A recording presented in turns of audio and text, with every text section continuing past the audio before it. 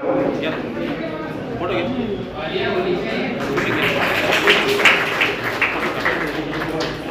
करा. तुमचा भव्य नागरिक सत्कार झाला तर याबाबत तुम्ही काय म्हणाल? सर्वांना नमस्कार.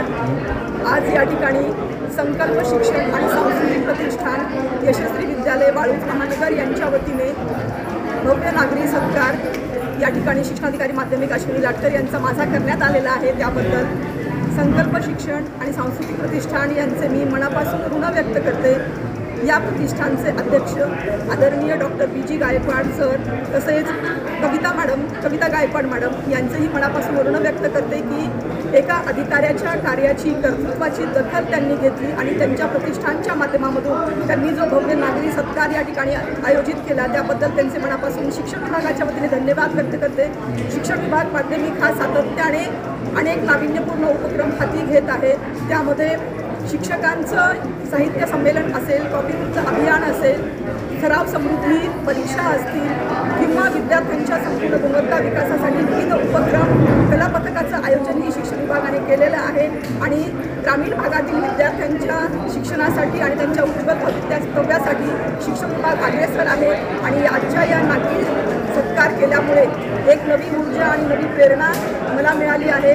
त्या नव्या ऊर्जेने आणि नवीन प्रेरणेने येत्या नवीन शैक्षणिक वर्षापासून शिक्षण विभाग माध्यमिक अधिक अग्रेसर होऊन अधिक प्रेरणेने चांगल्या प्रकारचं काम करेल आणि निश्चितपणे छत्रपती संभाजीनगर जिल्ह्यातील विद्यार्थ्यांचं भवितव्य उज्ज्वल करण्यासाठी अगदी मनापासून काम करेल. आणि आपल्या सगळ्यांच्या शुभेच्छा याबद्दल मनापासून ऋण व्यक्त करते. संपूर्ण सुरुवातीपासूनच ठरवलं होतं की कॉपीमुक्त अभियान हे यशस्वीपणे राबवायचं आहे आणि पूर्ण 2 महिने यासाठी पूर्वतयारी केली आणि कॉपीमुक्त वातावरणात परीक्षा होण्यासाठी अनेक प्रयत्न केले. जवळपास 90 केंद्रांना मी भेटी दिल्या, अनेक समाज मुख्याध्यापकांच्या घेतल्या, केंद्र संचालकांच्या घेतल्या आणि ज्या ठिकाणी कॉपीचे प्रकार आढळले त्या ठिकाणी कॉपीमुक्त वातावरणात परीक्षा व्हावी आणि कॉपीयुक्त अभियान हे संपूर्ण नष्ट करावं यासाठी आम्ही जोरदार असा FIR केलेले आहेत. जिल्ह्यातील 50 जे कॉपीसाठी प्रवृत्त करणारे व्यक्ती होत्या त्यांच्यावरती आम्ही FIR केले आहेत आणि निश्चितपणे त्यानंतरच्या काळामध्ये संपूर्ण परीक्षा ही कॉपीमुक्त वातावरणात पार पाडली याचाही अभिमान आहे. संभाजीनगरमध्ये संपूर्ण तुम्ही कॉपीमुक्त केलं याबाबत तुमचं संपूर्ण शहरामध्ये कौतुक पण झालं, पण काही काही ठिकाणी अनुचित प्रकार घडले तर त्यांच्यावर गुन्हे पण दाखल केलेले. तर तुम्ही शिक्षकांना आवाहन काय करणार यावर? शिक्षकांना असं आवाहन करेल की आत्ताच्या परीक्षा होतील त्या संपूर्णपणे 100% कॉपीमुक्त वातावरणात होतील आणि त्यासाठी एक विशिष्ट प्रकारचा कृती कार्यक्रम देखील आम्ही आयोजित केला आहे. आणि त्या कृती कार्यक्रमानुसार मला अशी खात्री आहे की यावर्षीच्या परीक्षा होतील ते 100% कॉपीमुक्त वातावरणातच होतील. कॉपीमुक्त अभियानाअंतर्गत विद्यार्थी व पालकांना काय संदेश देणार? विद्यार्थी आणि पालकांना मी असं सांगेन की पालकांनीही 100% मार्क मिळण्यासाठी आग्रह धरू नये आणि विद्यार्थ्यांनी आणि पालकांनी मनापासून अभ्यास करावा आणि हे ध्येय मनाशी बाळगावं की आपली मूळ जी गुणवत्ता आहे ती गुणवत्ता ही अधिक विकसित व्हावी आणि विद्यार्थ्यांचं भविष्य उज्ज्वल व्हावं यासाठी कॉपीमुक्त वातावरणातच परीक्षा होणं अपेक्षित आहे. जर कॉपी करून विद्यार्थी पास झाला तर निश्चितपणे त्याच्या भविष्यामध्ये अनेक अडचणी येतात आणि मग माणूस म्हणून किंवा यशस्वी व्यक्ती म्हणून विद्यार्थी घडू शकणार नाही. त्यामुळे कॉपीमुक्तीचा आधार घेऊनच विद्यार्थी आणि पालकांनी पुढील कालावधीमध्ये परीक्षांना सामोरं जावं आणि त्यासाठी विविध प्रकारचं सहकार्य करण्यासाठी शिक्षण विभागाने प्लॅन तयार केले आहेत आणि त्यानुसार येत्या काळामध्ये आगामी काळामध्ये यशस्वी त्याचं संचालन केलं जाईल.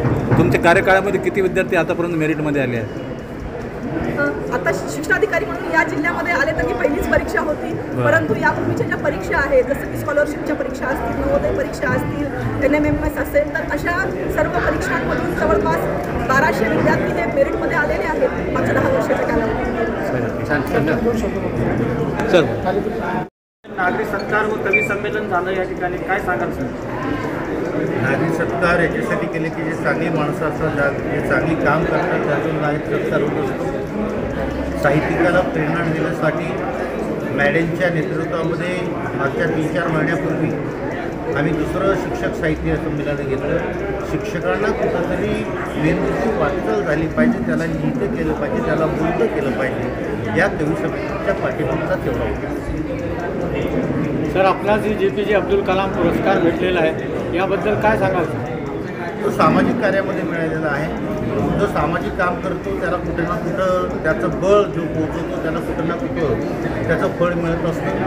आज अनेक वर्षापासून 10वी 11वीला असल्यापासून सामाजिकतेचं समाजाच्या माध्यमातून मित्राच्या माध्यमातून मिळालं आणि तसाच मी पुढं घडत राहिलो. अनेक लोकांना त्या समस्या त्या पूर्ण केल्या, अनेक समस्यांना तोंड द्यावं लागलं आणि त्यामुळं कदाचित त्या माणसांनी किंवा त्या हरियाणा विद्यापीठाने माझी निवडणूक केली असेल.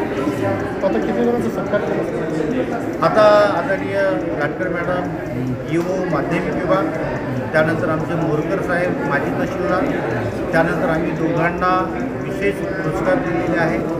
ते आमचे प्राध्यापक डॉक्टर गायकवाड सर आणि तांबे साहेब असे पुरस्कार दोन दिलेले आहे. गौरव मात्र 4 जणांचा केलेला आहे. सर, आपण जे तर वीटभट्टी कामगारांची मुले व असे जे फिरणारे ऊसतोड कामगारांची मुले यांच्यासाठी फार मोठं कार्य केलेलं आहे सर आपण. तर या माध्यमातून आपण सर लोकांना काय आवाहन करणार? लोकांना हे सांगतं की शिक्षणाशिवाय पर्याय नाही आहे. बाबासाहेब कर्मवीर भाऊराव पाटलापासून आतापर्यंत जर बघितलं तर शिक्षणाशिवाय पर्यायच नाही आहे आणि शिक्षण हे एक वेगळा पर्याय आहे. त्यामधून आपण शिकलं पाहिजे. शिकून फक्त ग्रॅज्युएट डिग्री न मिळवता शिक्षित होणं, त्याच्यापेक्षा आपण क्रियाशील असलं पाहिजे आणि क्रियाशील झालं पाहिजे असं मला वाटतं.